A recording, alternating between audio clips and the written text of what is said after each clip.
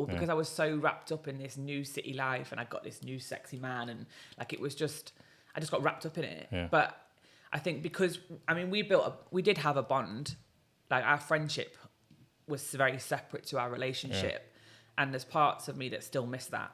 Like our friendship was, I don't think I'll ever have a friend like that again. Like he was there for me, ride or die through some really serious situations. So there was definitely good times as well. Yeah, and I think because of how good the good times were, it overshadowed the really bad times. Really bad. But it got really dark and it was really violent. Okay. And I've had to reap the repercussions of that even literally 3 weeks ago because I'm still having surgery and I'm got like vision loss in my left eye.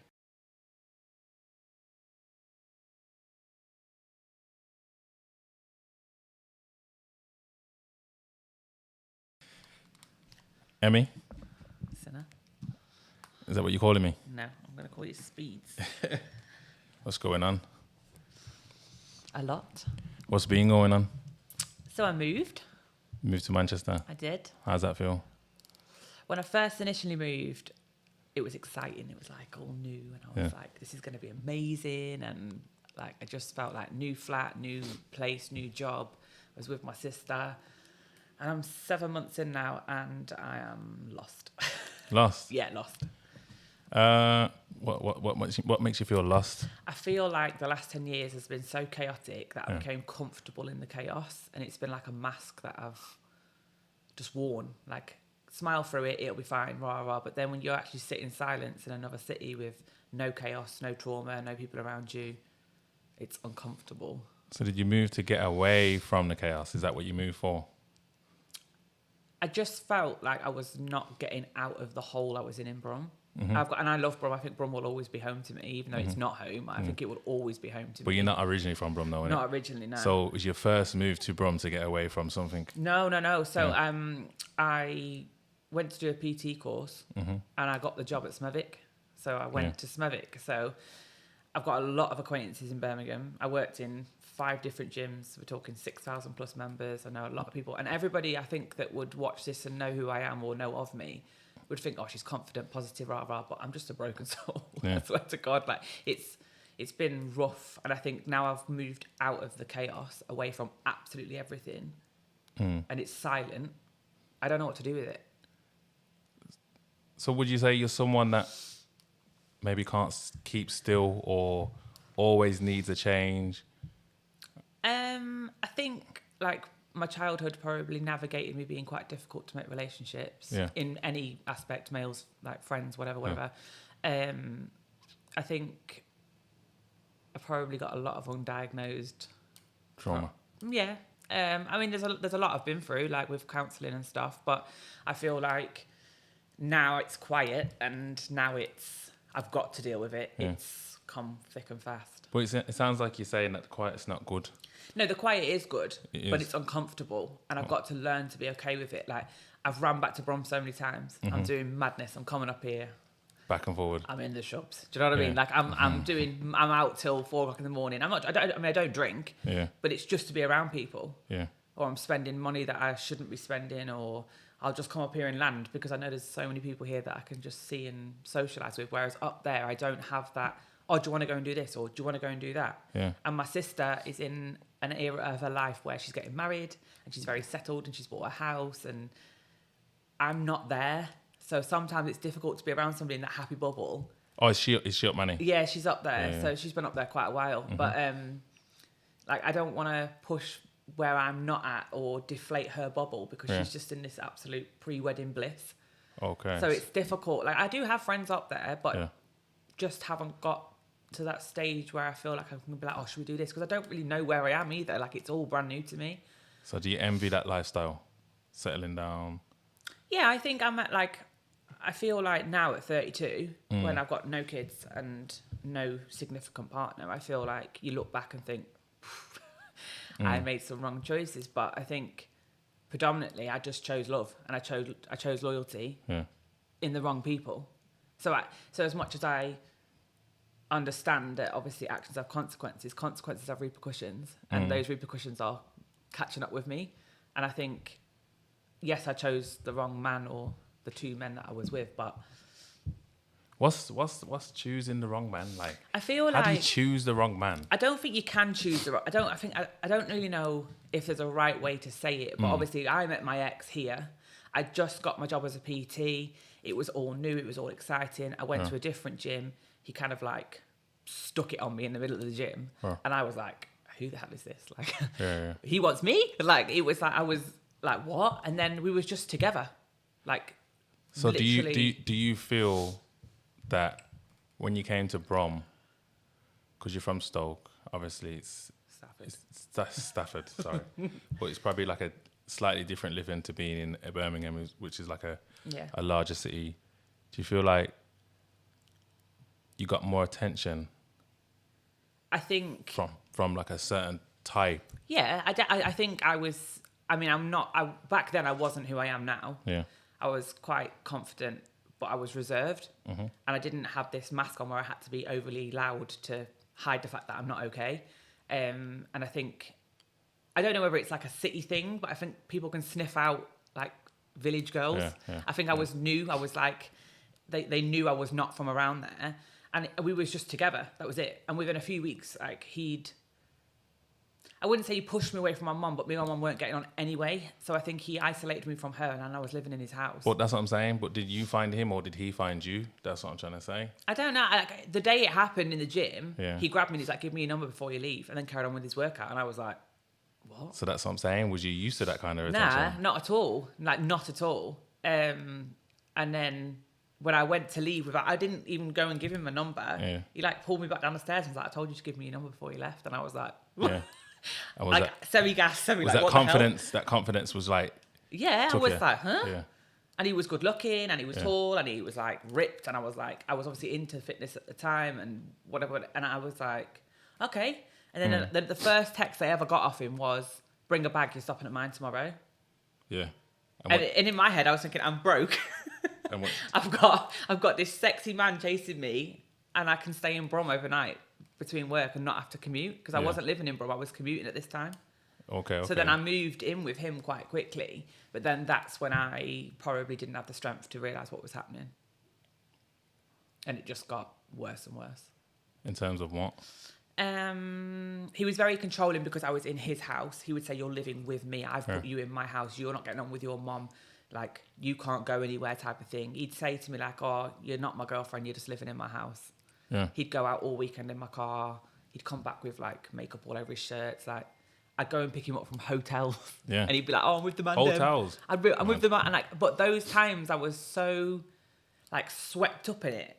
And he'd always say to me like, "Oh, you're a weak woman. Like, you need to be strong, blah, blah." But by the time we got to sort of like the end of our relationship and I turned myself into that strong woman, he couldn't handle it. He could not handle me because I would argue back, or I would. So you think arguing back is turning yourself into a strong woman? No. But what I'm saying is I wouldn't put up with what he was doing to me. And then he couldn't handle that. But it was dark. So, you know, like in that whole situation, you know, when you say you made the wrong choices at first. In that scenario, how would you say you made the wrong choice? Move too quick. Okay. Like, it's not normal to stop at a man's house the night after you met them, and it's not normal to move in with somebody. Like, it can happen, but it's not normal to be moved into someone's house within a matter of weeks and then let them drive your car and let them have your bank card and pick them up from nights out at like 8 a.m. and like it's not normal because I was so wrapped up in this new city life and I got this new sexy man and like I just got wrapped up in it. But I think because we did have a bond, like our friendship was very separate to our relationship, and there's parts of me that still miss that. Like, our friendship was, I don't think I'll ever have a friend like that again. Like, he was there for me, ride or die, through some really serious situations. So there was definitely good times as well. Yeah, and I think because of how good the good times were, it overshadowed the really bad times. But it got really dark, and it was really violent. Okay. And I've had to reap the repercussions of that even literally 3 weeks ago.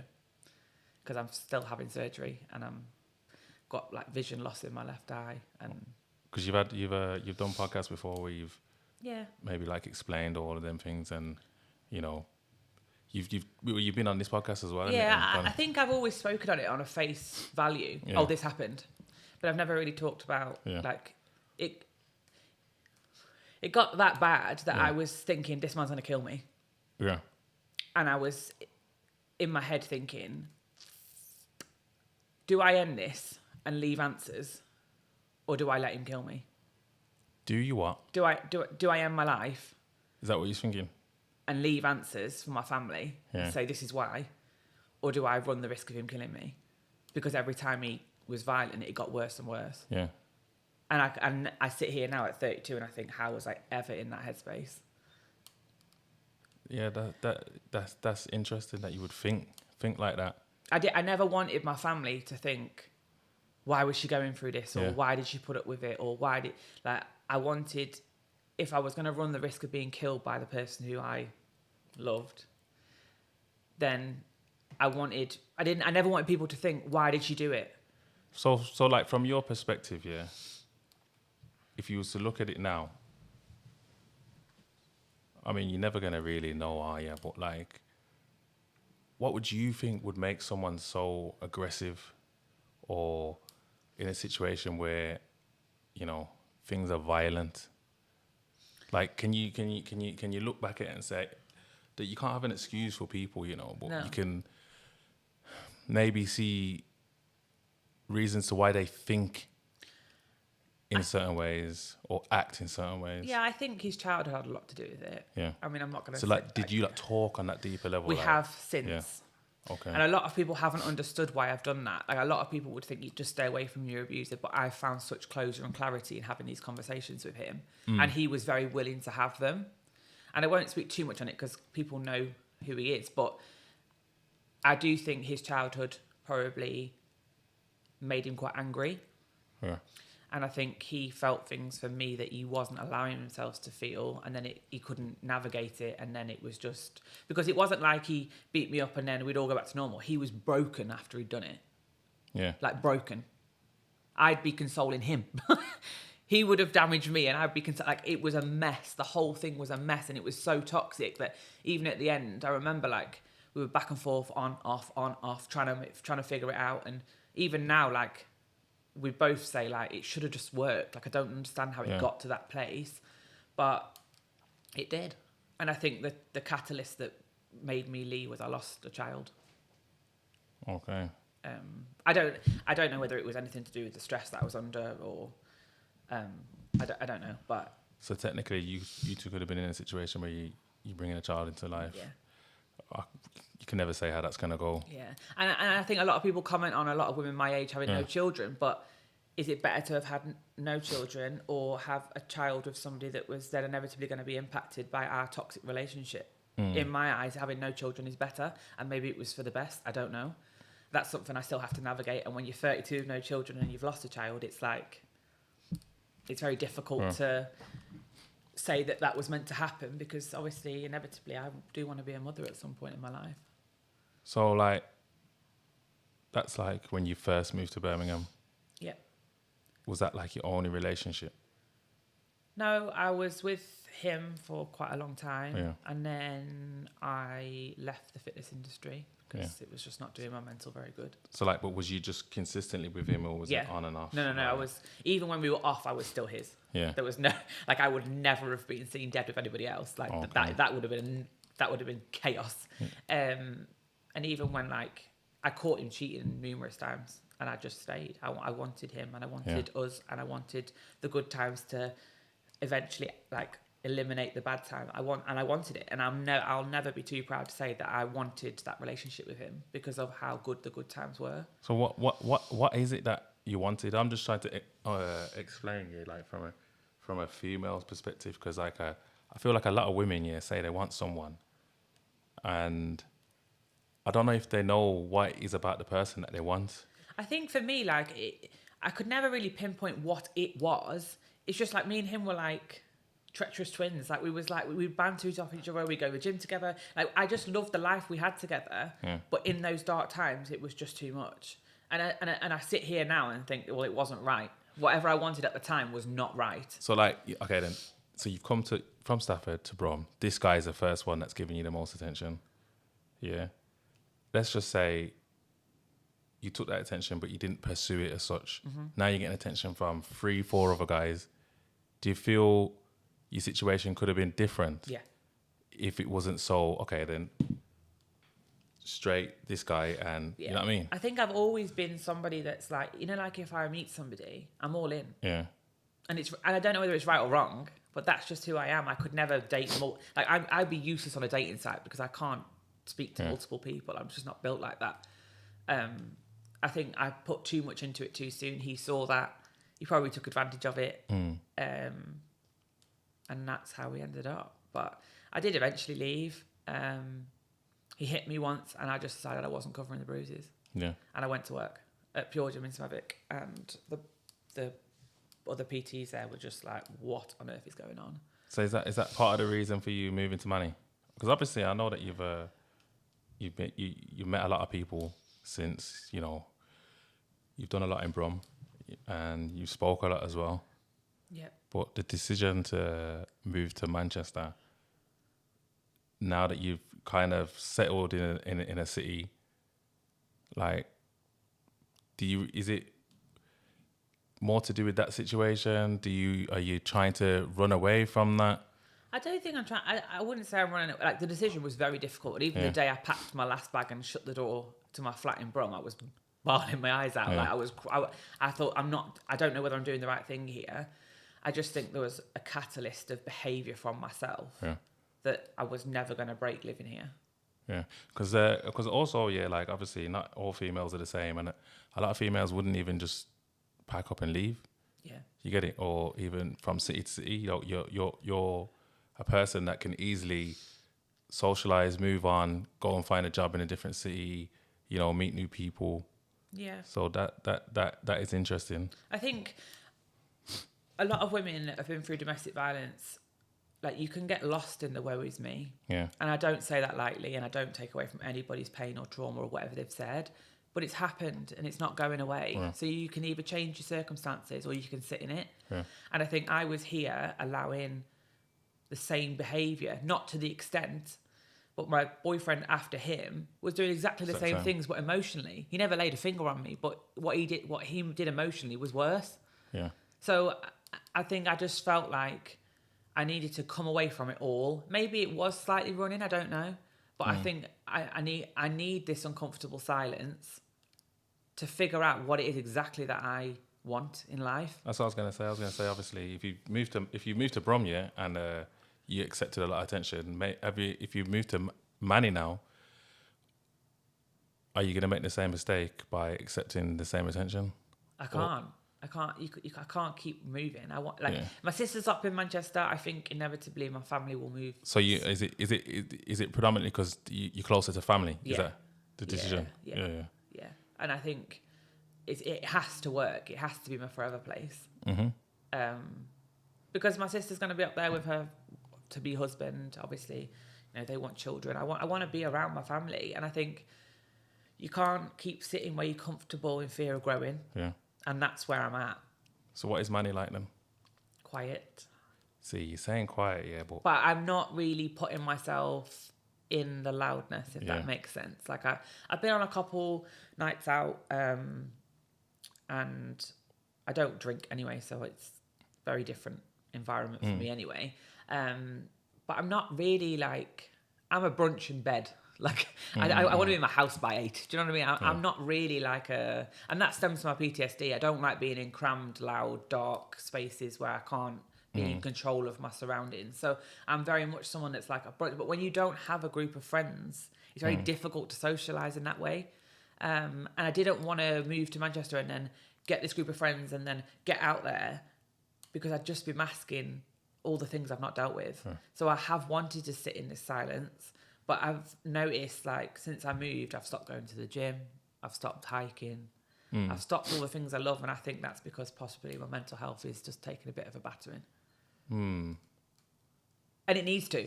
It needs to. Does it? Yeah, it needs to. Because I think you can go to the doctors and you can get put on tablets, which I was on for a long time. And I think it just mutes it or quietens it. So you need to stop fitness? No. But what I'm saying is, I think my depression has crept up, to the point where I've just got no mental strength to do anything. Normally, my anxiety is like 100%, and I'm running around like a madhead, like going shopping or doing this or doing that, and I have to be on the go all the time, and I've got the strength to go to the gym, and I'll be hiking the same day that I'm doing a circuit at the gym, and everyone's like, "What are you doing?" So isn't that masking it is, but I'm now the opposite side where I'm doing nothing, which is not helping at all. So you need to find a happy medium, basically. Yeah, definitely. So how do you think you find that? I think it's just a day by day thing. Like I've planned some stuff, and there's like groups in Manchester, like you can go and meet new girls and go for a walk. And it's also you're actively looking for solutions. I'm definitely trying to find a different lifestyle. Yeah. Like when I was here, like I just was all over the place. Like because that was the environment. You know, my ex put me in an environment where I had got that outlet to go and party and when we split, it was very difficult because his friends were my friends, and my friends were obviously his friends originally, and it was all very difficult. And I think he played a lot in my move because he worked on the road I lived on, so we always saw each other, and I just don't think that's healthy because there was no going back. So do you think you've really and truly moved on from that situation? No, not at all. So do you feel like you brought that situation into your next situation? No, because there is no next situation. No, I'm talking about, you said that you had someone else emotionally, or is it? I think I parked the physicality. I think I healed from like the cheating and the bog standard relationship stuff, but I don't think I understood the depth of my trauma from physical abuse. Yeah. And then obviously I went into this relationship with somebody who wasn't really touchy-feely, he wasn't really like physical touch, he wasn't like, we were good, do you know what I mean? But then like the emotional abuse started, and it was just a cycle of stuff. And then he took another woman to Jamaica with him, and I caught him. Well, she rang me and I left, and I was really proud of myself for like literally gone. Yeah. So by the time he landed back from Jamaica, I'd moved house, I'd changed my car, the locks were changed, his stuff was back at his mum's. Like I completely cut him off, and I've never been back since. So I know that I've grown in my ability to be strong when I'm being treated like disrespectfully. But it's just like, I would love someone to love me like I know I love people. Yeah. And at 32, I don't think I've ever been in love. I think I've loved people. I don't think people have loved me in return. I think they've loved the idea of me. Because I'm quite open. I'm quite... I like to think I'm quite real. I'm very accountable. I create a safe space for a lot of people to talk, and people naturally talk to me with their problems. And like since I've been single, like I've met people where I feel like I've created like a space for men to vent at me, but then they overlook me. So they'll sit there in front of me and say, "I want a woman that's like A, B, C, D," and I'm like, "Hello." Like, but you know, I met somebody off a dating site here when I was single, long time ago, and it started off obviously as it does, and inevitably whatever happened. But now I know people say you can't have friends, etc., and maybe it would go that way again. I don't know. Yeah. It probably would. You know, we've already been there once. But his friendship has been absolutely crucial in me being able to move forward and trust men and understand that I'm never gonna be able to like comprehend a man's headspace, and being annoyed doesn't mean that they're going to abuse me. And he's been like, I can't even explain. I don't know where I'd be without him. I don't have a brothers, and I wouldn't say he's like a brother because that'd be weird, but I don't know what I'd do without him, because I've needed that education from a man to make me understand the rights and wrongs, or the like ups and downs, and why somebody might act like that, and when it's wrong, or to hold me accountable. Like, you know, like he will say things to me like, yeah, you keep saying you want this quiet, like no chaos life, but you keep putting yourself in situations that are chaotic. Like the first moment you've been up in Brom partying until 3 o'clock in the morning with man in your car, and I know you don't drink, but like you're putting yourself in these situations where you're not causing yourself peace. So why do you deserve peace? And I don't know what I'd do without him. So how do you? So what he's saying there, how do you tackle that? Because that's what I'm kind of hearing a bit. To be fair, like obviously, I feel like not just you, but a lot of women love the idea of a man. You know, protector. You know, someone that's got a bit about them, and so on and so forth. And then when they see it, it might not even be the full package, but a man can lie to what he has. You jump straight in, and then you'll realize that it's not actually what you want. I don't think. And now you're stuck in it. Yeah, 100%, like 100%. But sometimes that can work out, like depending on who you are and depending on who that person is. Yeah. Sometimes it can, but you can't be sure that it is. You can never be sure, Yeah. And I feel like with females sometimes, you jump into that thing where you want to set all the signs of a certain type of guy are there, and then once you're with him, you're expecting him to be something totally different. I think my idea of a relationship is very different to most women. Like, I've never had a Valentine's Day. Yeah. I've never had like a birthday that's celebrated by my man. I've never been. But why is that though? Because are you just over celebrating their days? Probably, but I'm also with men that are like emotionally unavailable. Yeah. Or they don't really care. So I'm not somebody that wants expensive dates, presents. I want somebody to build a foundation with, like, from their personality, from their being. And I think that comes with its own struggles, because what is it I'm looking for? Because I have absolutely no idea. Mm-hmm. My two exes were very, very different people, extremely different people, yet they still had that abusive trait. So something's pulling me towards being treated like that. And I do think, like, going back to my childhood without speaking too much on it, like, there were times where I've seen things happen and then the word sorry's been said and everything's okay. So I do think that was sort of embedded in me, that as long as they said sorry, it was okay. And I've had these conversations with my family. Like, it's not like we have to, because I can't go through my life thinking these things and not speaking on it. And it's brought my family a lot closer by having these conversations. But I have to learn who I am on my own without the chaos. And that's really uncomfortable. So what is your type? Who knows? I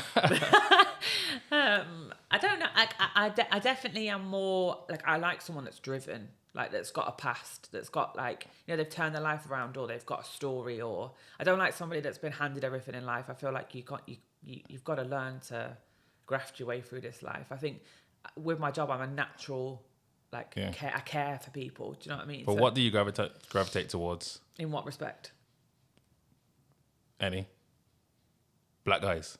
Would your family say, you got to stop dealing with these black guys? Yeah, they would. No, I don't think I ever thought, black guys are for me. Yeah. I think they naturally gravitated towards me. So I just paid them attention, and that's. And so basically, that's who was giving you the attention when you came to a city that was more full of them. Yeah. And you took the attention from the first one that maybe thought, I could have an easy ride here. Potentially. I don't know. It was just different. And my family won't say don't date black men. They would say you're obviously picking the wrong black men. So, like, would you say that you kind of, in Stafford, coming to Brom, you fetishize black men? No. No, not at all. Never. And I was engaged to. I've dated other races. It's not like I never. And I can't. That's something that really bugs me. Yeah. I don't go out there looking for it. I think. Nah. Well. Yeah. No, and it's fine to have this conversation, because it's an important conversation. I think there are women out there that do. Yeah. But I think. Maybe I said it wrong, because if you came here, I'm just saying that you got the attention from that. So it's like, whoa, these guys are giving me a lot of attention, so they appreciate me.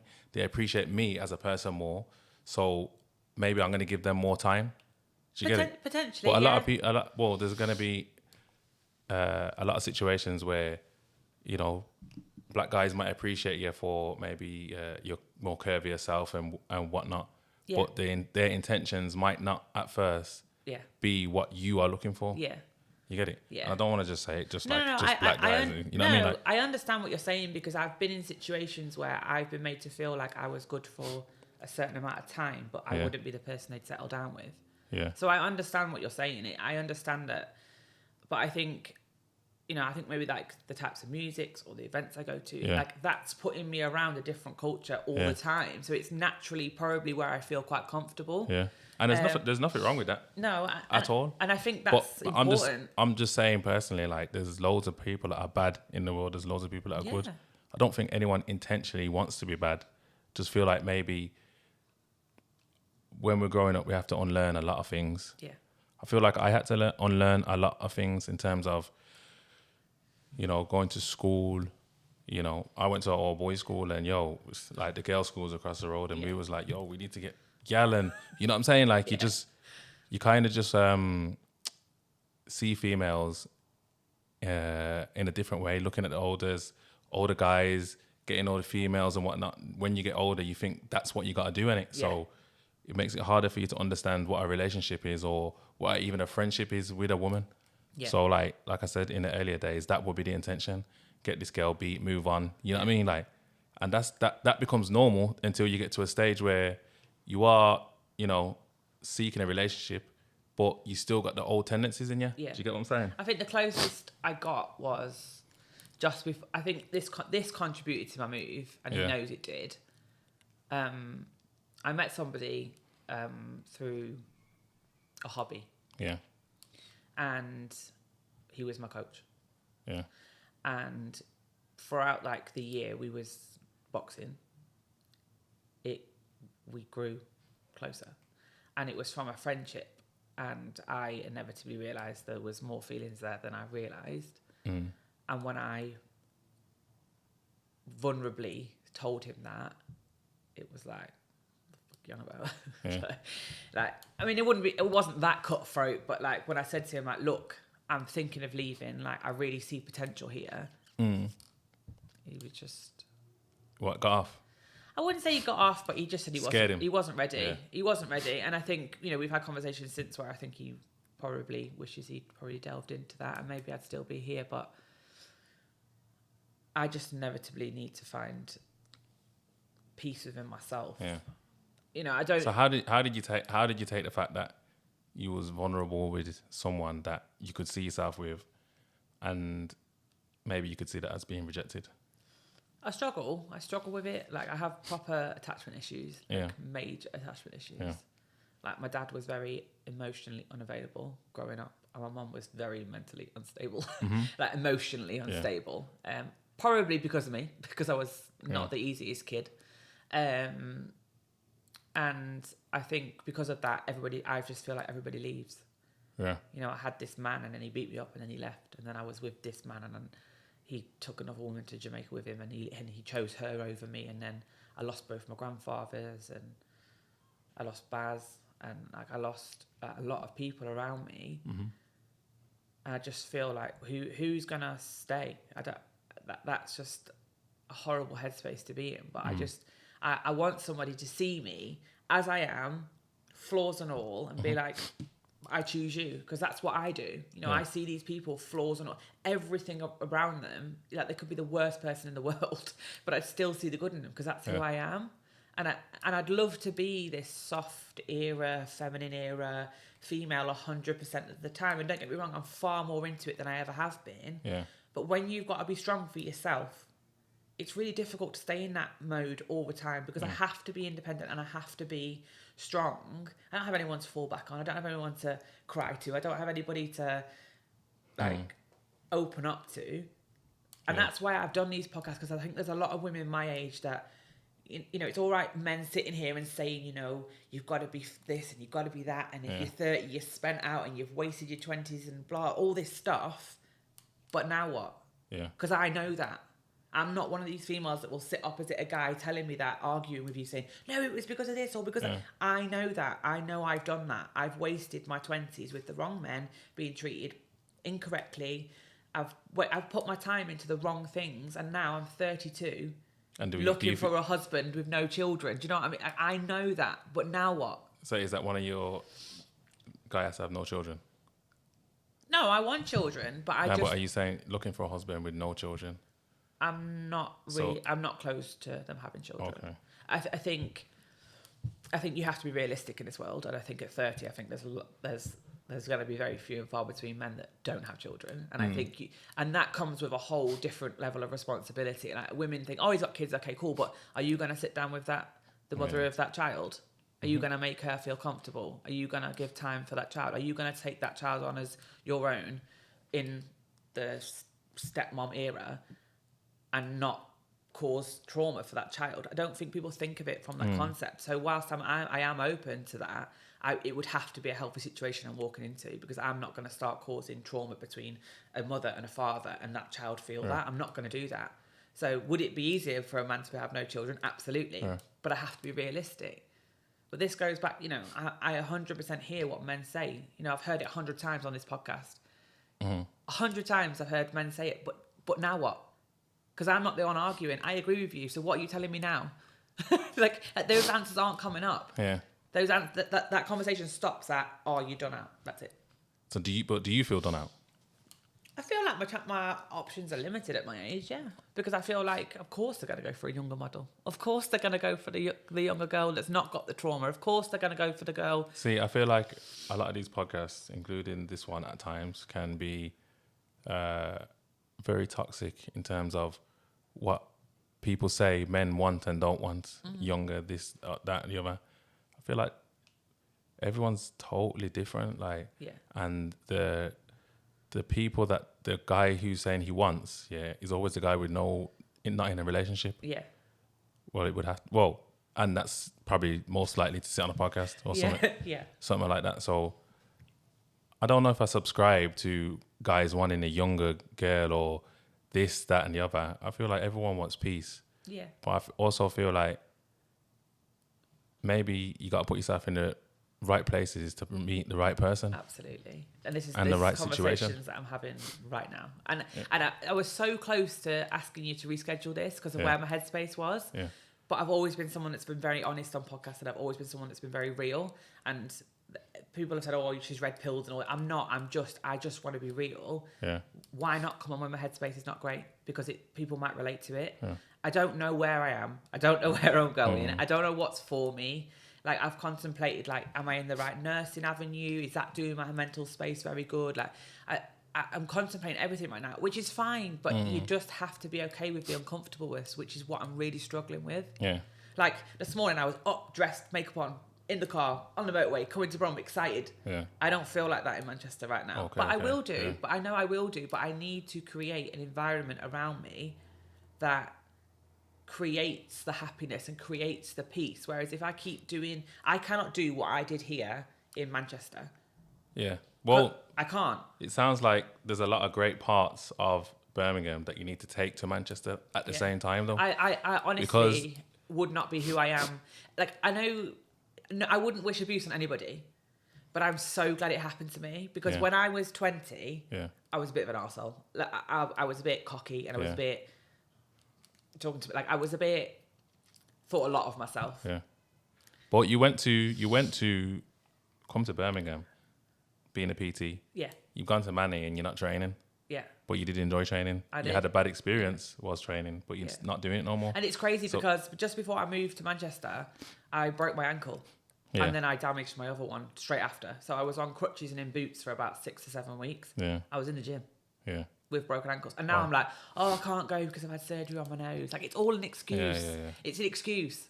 And I think I'm somebody, like a lot of women will get comfortable and put weight on in a relationship. I'm the complete opposite. So if I'm dating somebody, I am in that gym all the time. I'm making sure my body is like, and I just...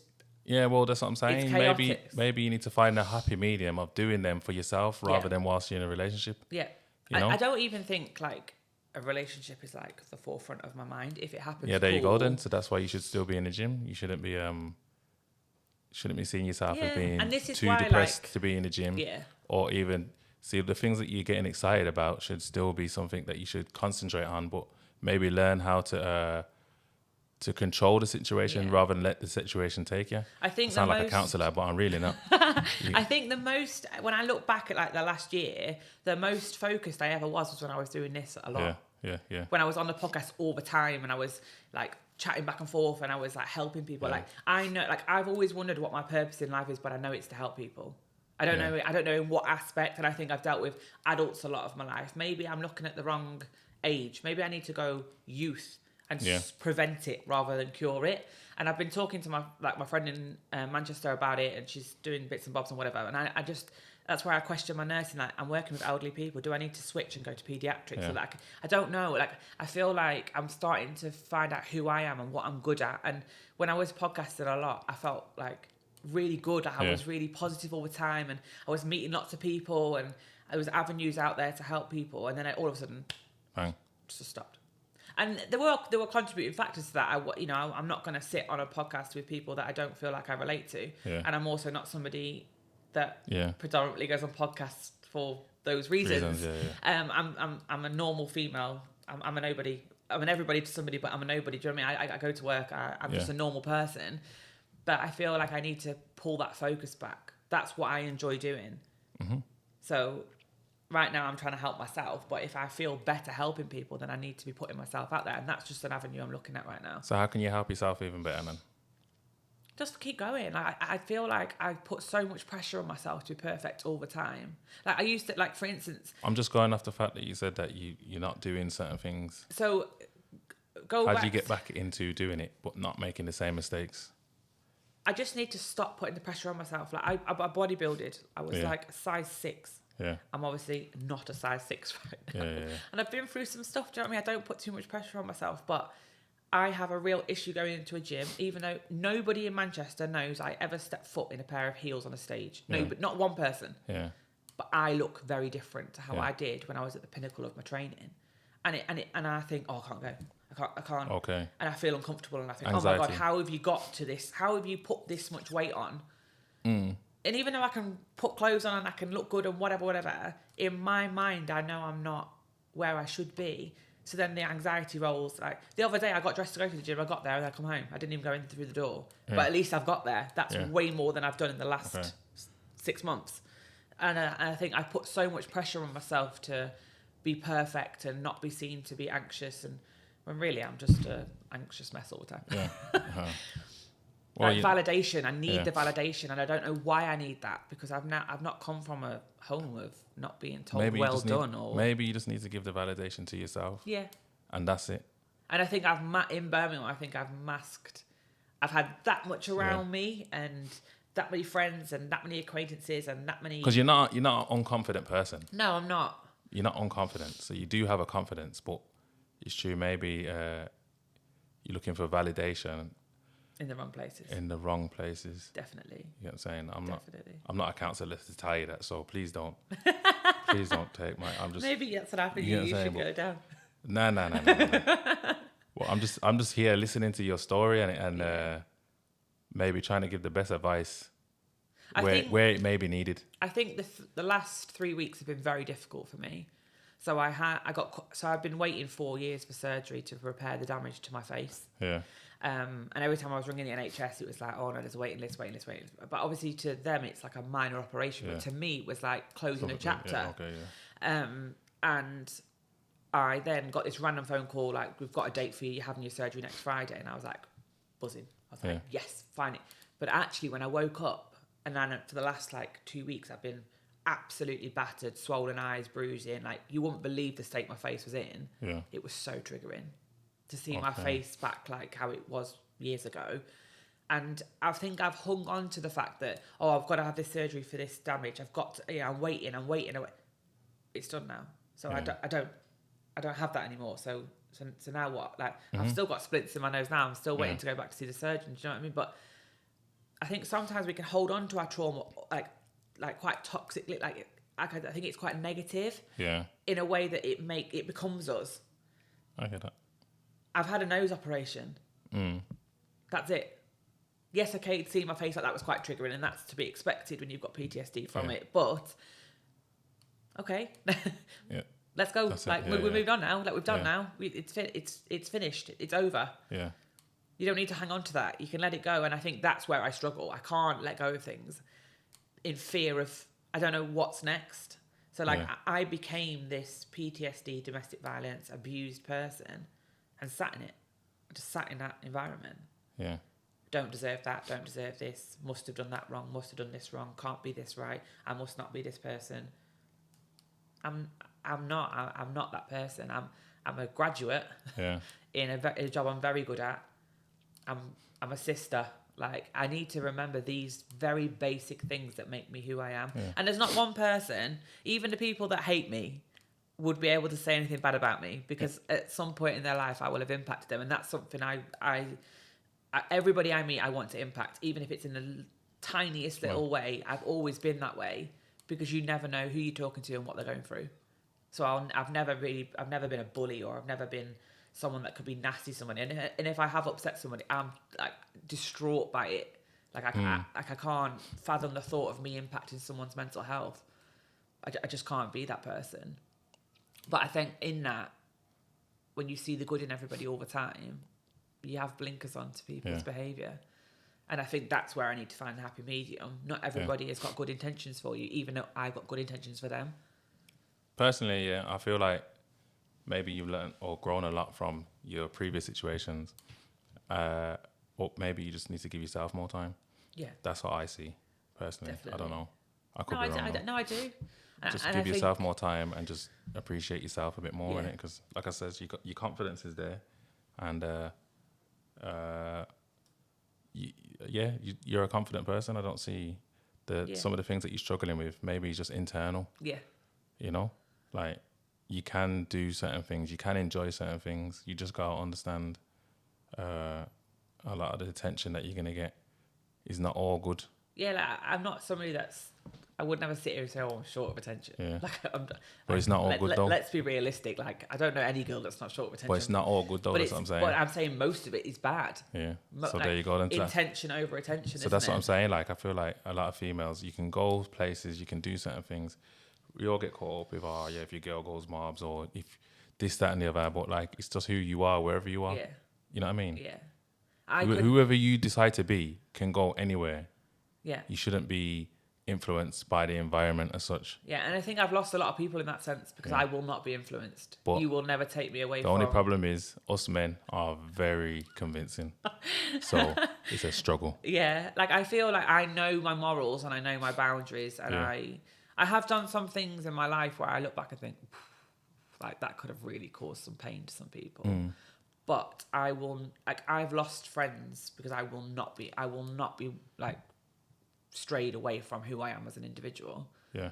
So in that sense, I kind of know who I am. I know my morals. I know I'm very loyal. I know I'll always be honest, even if I'd rather hurt you with the truth than like appease you with like a lie. I'm not that person. But when it comes to me being healed, I don't know who that is. I don't know. It sounds so strange, but I've always separated the abused Emmie and who I am. Like, I know who I am, as in like my morals, but I've been through some really horrific stuff, and I just think no one deserves that. No one deserves to go through the abuse I've been through. But ultimately, I can't change that. I have to be acceptant of it and move forward from it. It was just, I think, it just felt like there was one thing after another. So that happened with him.